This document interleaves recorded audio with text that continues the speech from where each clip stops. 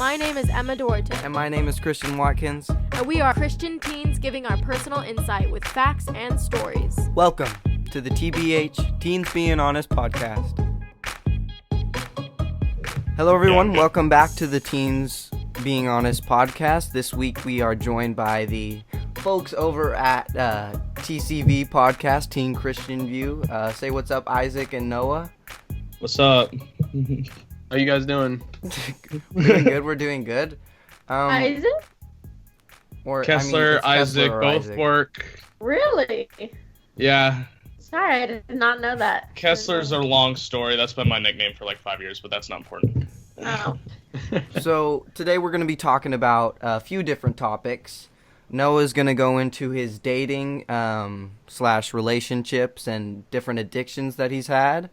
And Kessler, or Isaac, whatever you want to call him, he's going to go into drugs and alcohol and popularity.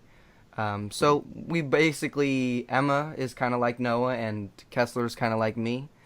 So it's going to be a fun dynamic. If you want to check out our different stories on this topic, or just check TCV's podcast out, they can be found on Apple Podcast or any major podcasting platform. They are not yet on YouTube, but they're working on it, hopefully. And yeah, let's get started. So Noah, do you want to start off with different relationship problems and addictions? Just tell us what's up with that. I don't really care. It's up to you. But for me, I've never actually been like dating. Kind of right now, I'm kind of in that area. I'm going out with somebody. It's been a kind of shorter, longer process, but the way I'm approaching it is very different, I think, from most teenagers. I asked her out, but I did not ask her out on a date. I wanted to get to know her first without putting that sort of pressure on a relationship and making it, okay, we have to like each other. If we don't, then maybe we don't like each other and we're going to the same school next year, so that might cause problems. I just wanted to go out and get to know her, and she get to know me, and so we have a good time. Got to know her family a little bit better, getting to know her. I would like to move into the dating / courting thing soon, but it remains to be seen. Wow. Yeah, Wow. I know that's different from most teenagers. The way I look at dating, I look at it more courting. I think the purpose of dating / courting should not be having a fun time. Should not be to be popular. The purpose of it should be to hopefully eventually get married, and that's what you're looking to do in dating. You're trying to figure out, is this the person that I want to get married to? And that's a big question. It takes a long time to answer that, and courting should take about a year and a half, 2 years, whatever. So I mean, and it's totally okay if it doesn't go that way. You just have to have the purpose of it set, and it also comes with boundaries. That most teenagers do not look at, especially in the world. They don't have very many boundaries at all whatsoever. It also has God centered at the foremost of it. Like she and I have been praying a lot, not together, but by ourselves, talking to our parents. Well, I would say more along the lines, just asking God, where is this? Right? I mean, I haven't talked to her a whole lot about that, but from what I've been doing, I've been reading the Bible and talking to my parents, like, this is how I feel, this is what I'm thinking. I need wisdom, understanding, and guidance, and things like that. So that's how I've been looking at it. I mean, I could talk about this a long time. It's cute. I love That's it. really Cute? Yeah, it's really cute. Cute? Okay. Yeah, I've never heard anything cuter. You guys will make a great couple. Hopefully. Okay. Fingers crossed. Thanks. No, yeah, I totally agree, because in our day and age, relationships, like, sort of we're told either through Hollywood or just celebrities, whatever it is, or just high school itself, that, sex is the ultimate. That's the goal. 6 months, you haven't had sex yet? Stop playing. Yeah. Like that's how, me and my friends would talk. Like, we would make fun of we would make fun of different friends for not having sex or anything like that. And I always felt terrible about that. I have the same view that you do about, like, you date not only like for experience, but you date to get married. Like, that's the purpose of dating. And you are a teenager, so that is kind of soon to get married. But you know, The but process would be long, yeah, and you like don't know if it'll actually work out. exactly. And the only relationship that I've ever been in, it just lasted 2 weeks, and it was bad. So I don't really have anything to say about that. But Emma, you want to have any comments on that? Yeah, wow. That's not at all how I saw it. So I think I started dating at like 16, which was pretty late compared to all of my other friends. But yeah, no, I just kind of saw it as like I'm young. I want to have fun. Like I want to have all of these movie moments, and I did. But it's like I had to go through a lot of headaches. But it's just kind of like you have a very different way of looking at it and a very mature way of looking at it. And I like to think Thank that's you. really admirable of you, because I'm not used to guys my age ever thinking that way.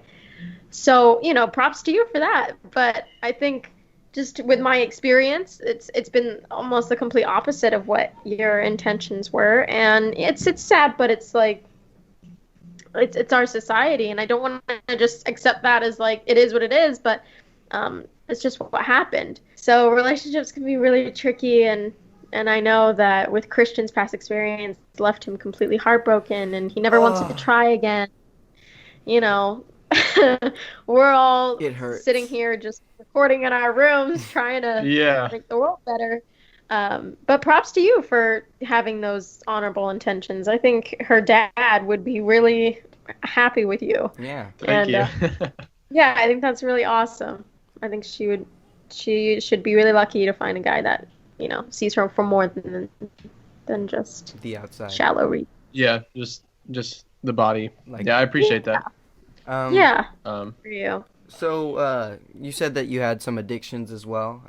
I've struggled with Yeah. addictions as well. Oh, but- yeah. Tell us all the skeletons Yeah, in your Yeah, closet. what's tell us all going on with that?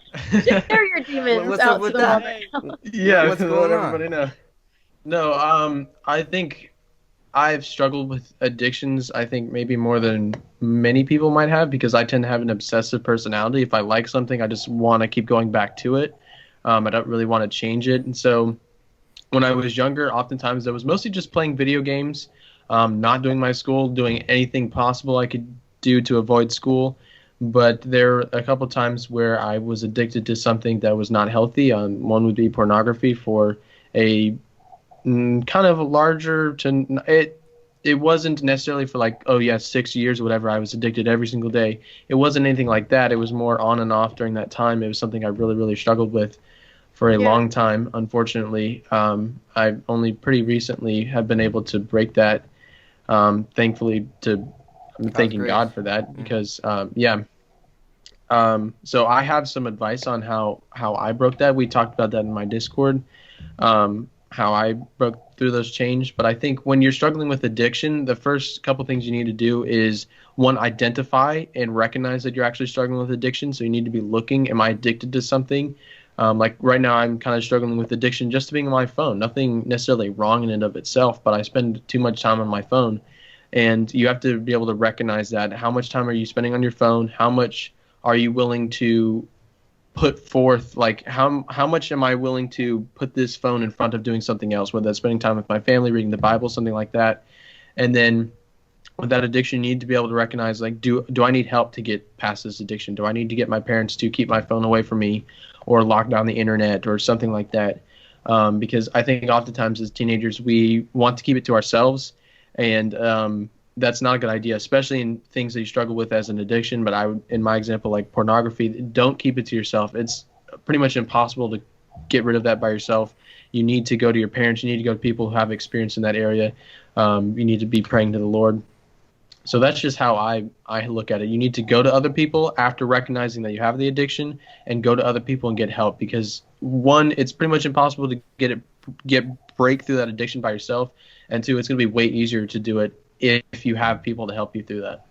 Yeah, so, yeah, I struggle with addiction. Just with YouTube, I guess. I was never, like, really addicted to my phone. Like, I was addicted to getting Snapchat notifications and all that.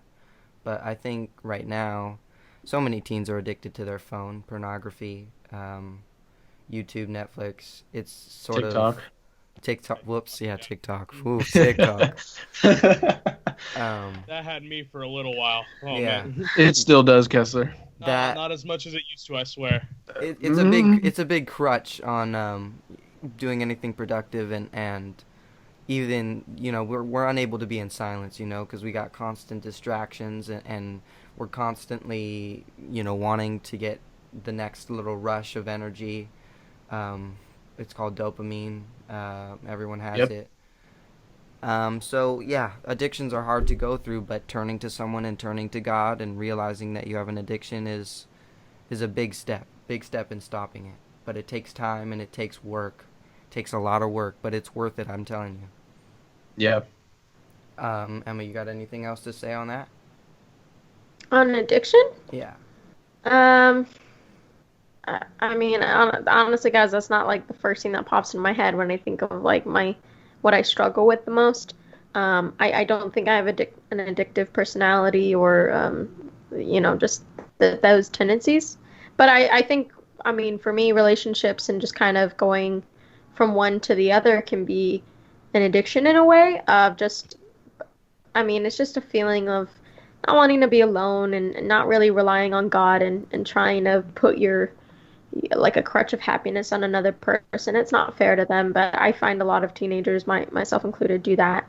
So maybe not, maybe not an addiction, but just, oh, maybe it's a tendency to just go to another person. So not a substance or an object, but a person. So Yeah.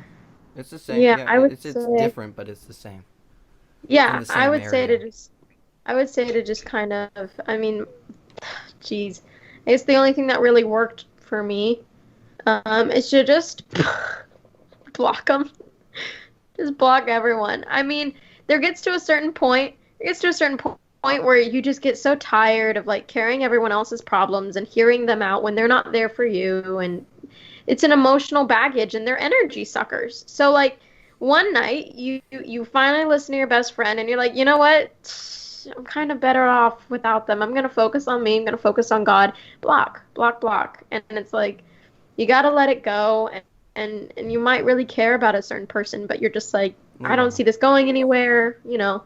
And you got to really make that decision for yourself, because at the end of the day, you're the only one that can do that. So being strong enough to just be like, I want to spend more time on myself, finding out what I like, moving on, in my case, to a different city, starting a new chapter in my life. It's just kind of like, I want to be done with the old high school crap and just go on to knowing more about myself and getting closer to God and finding that intimacy through Him.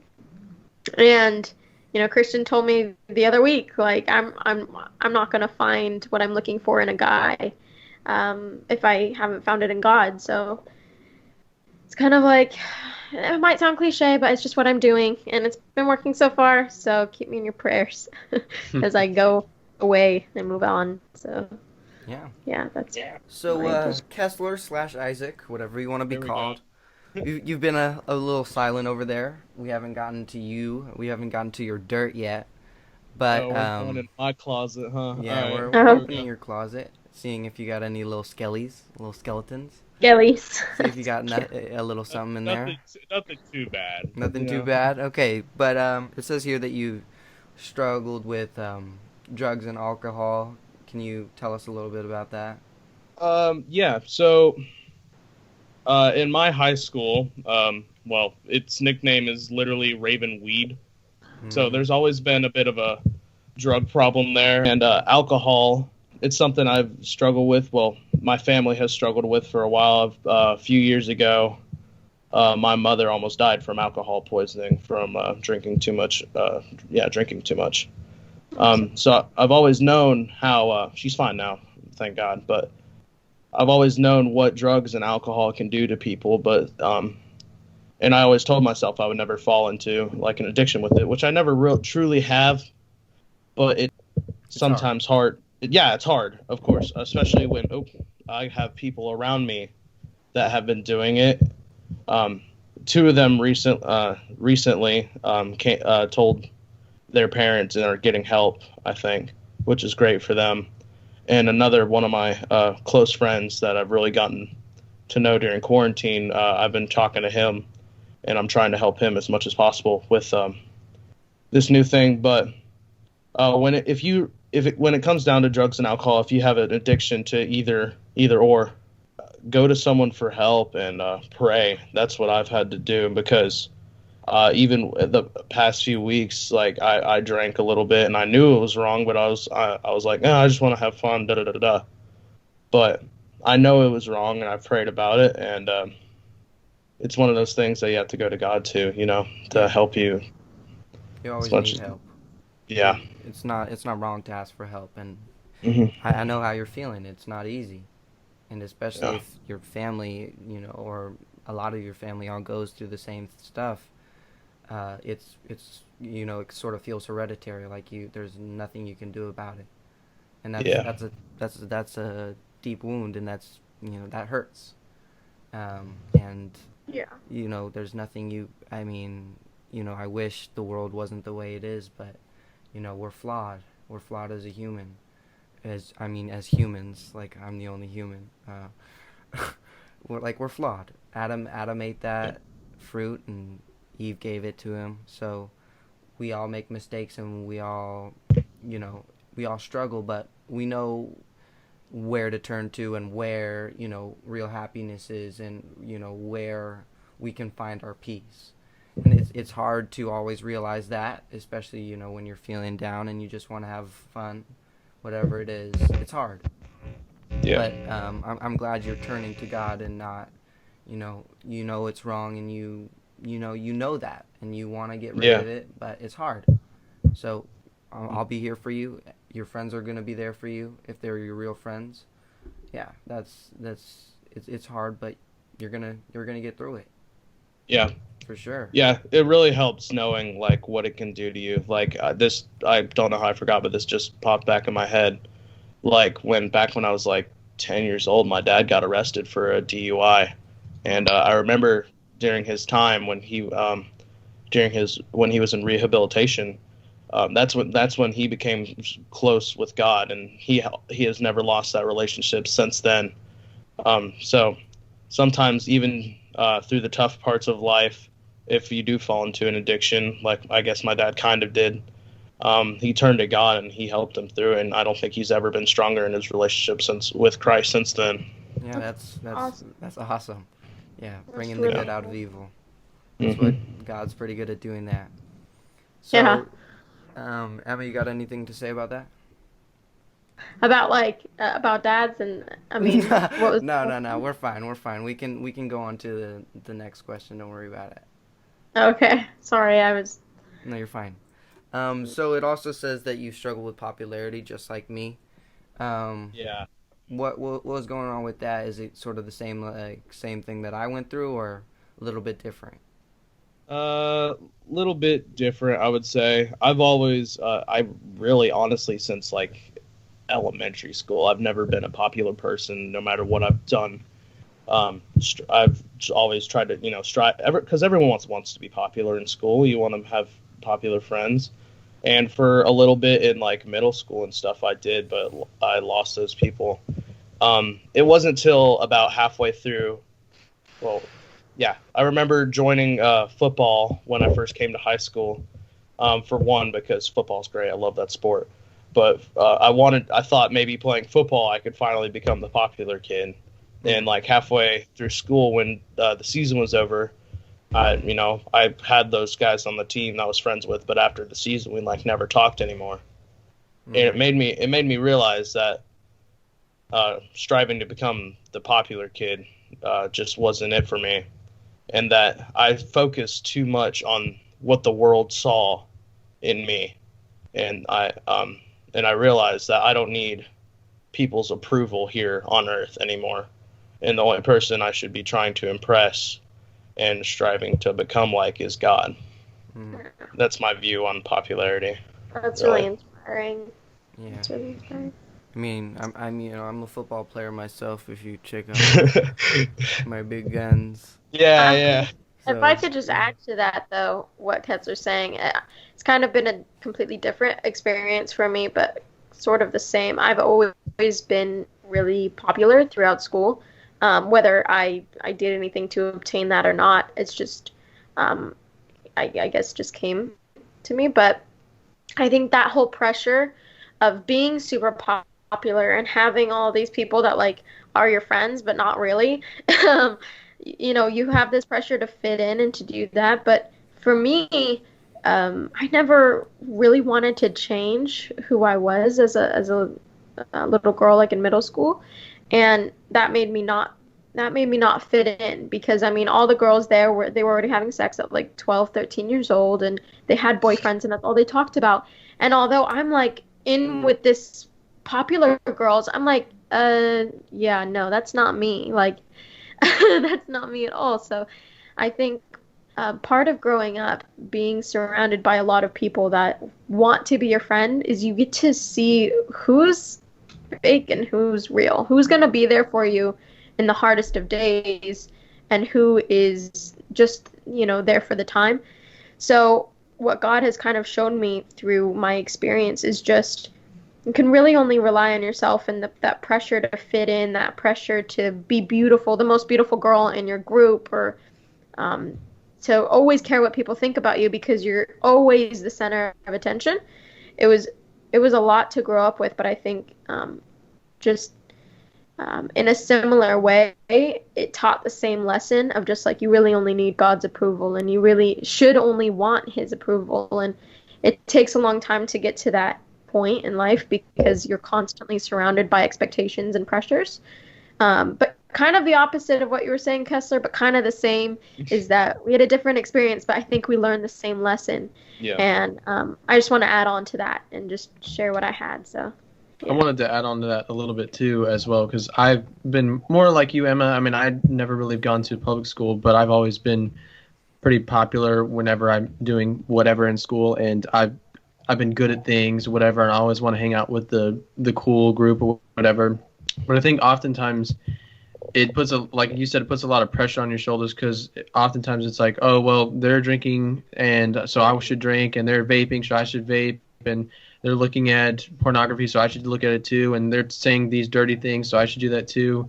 And it puts a lot of pressure on yourself. It makes you want to be somebody that you're not. And oftentimes I've come to realize, and I've seen in those groups, that those people don't really want to be my real friends. They don't really care a whole lot about who I actually am. They just want to have fun and have a good time. And that's not what you should be looking for. That's not what I've been looking for. I want a friend, somebody who actually cares about me, not somebody who wants to just have a good time, somebody to go drink with and do stupid things with. So that's along the same things, or same thing I've struggled with or thought of or whatever. I don't know. You get what I'm saying. Yeah, I completely get what you're saying. So like with this whole podcast, like we figured out that, or I mean, just throughout our whole lives, we know that there's right and wrong. There's the right thing to do and there's the wrong thing to do, and sometimes it gets a little blurry.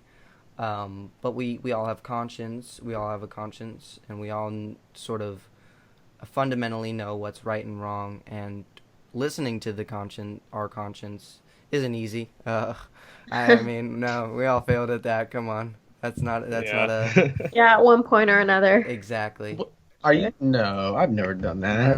Oh, yeah. No, I'm not a sinner. Yeah. I'm not a sinner. So with either, you're like Noah, your view on dating and relationships is what it should be and what it has been for many years. It's just our society and our culture has made it seem like sex, everything's over sexualized. Like you can buy sexy curtains, you can, it's all sex. So it's hard to, what morally be in a relationship and put God first. It's hard, especially when your significant other isn't religious or doesn't care at all about that, and just is attracted to your personality and likes how you likes that you're funny, but is more attracted to your physical beauty than your inner beauty. And then with Kessler and drugs and alcohol and popularity, it's hard. It's a crutch on our, it's a baggage. It's our cross that we have to carry around. and we have to ask for help with that cross. You know, Jesus didn't carry his cross alone. He fell down when he did that, so he had to get help to carry it the rest of the way. And you know, whatever you're struggling with, either addictions, drugs, popularity, relationships, whatever it is, just rely on God for help. You know, we all need help. He needed help. He'll never fail you. He'll never give up. He's eternal. We're, eternal as well, but our relationships aren't, and our material things aren't. So just making sure that we rely on him, I think you can't putting go him wrong. above all things, right? Above everything that we could want in this world. It's so much easier said than done, but it's because he wants to give us like way better. Yeah, way better than that. Narrow, but it's the most rewarding at the same time. And I think, Christian, your mom told me this, was it yesterday or I don't even know, just about this path of roses, and people are skipping along this like beautifully sunshiny whatever road, and it led straight to hell. And then there was another path of super narrow with thorns, and you mean like you're getting bruises and cuts all over the place, but it led to heaven. And so just kind of getting that visual of like really that the path to heaven is so narrow, and it's so hard to get into, and only a few will find it. And the path to hell is, I mean, many go to it, unfortunately. So what we're doing right now, all four of us right now, is really great to try and reach out to help as many teenagers as we can, because we're all kind of lost. We've all been lost at certain points, and we're just trying to be found. So I really appreciate you guys all saying your experiences and trying to help out and to save his souls. I mean, that's what we're here for, right? Yeah. So it's great, and I love it. So I feel like I just got out of a therapy session. Yeah. I know. This is great, though. You guys want to help us close out with a prayer? Normally me or Emma say it, but you guys want to kick it off this time? Sure. Okay. Yeah. Right, I'll start ahead. it. Right, I'll go for it. Everybody listening or watching, just bow your heads, respect this moment, respect this time, and let's take your time, guys. Father God, I want to thank you for this time we all had to come together today, Lord. We've been planning this for a long time, and I'm glad we finally were able to sit down and do this. I think a lot of people can benefit from what we've said here today, Lord.